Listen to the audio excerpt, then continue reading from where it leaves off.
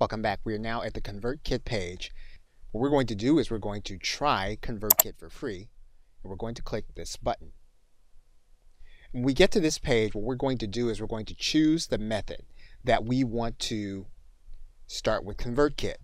Now, one thing you can do is you can move your relationship from another tool or even try another tool.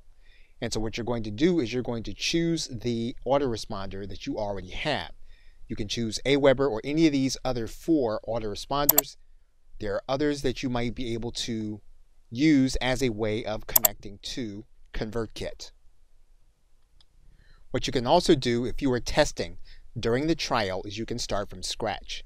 And so you can click this button that says, no, I'm just starting for email. And what we can do then is we're going to click yes. Now, if you already have a website system that you're using, you'll choose it.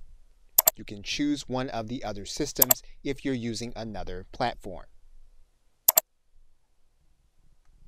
Once you choose your platform, you can then create an email address that you're going to be using in order to get started with ConvertKit.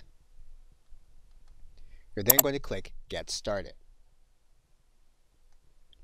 Now, once you are inside, if you want to move over some of your subscribers from another email autoresponder, you can go to Subscribers. And then what you can do is you can import from another provider.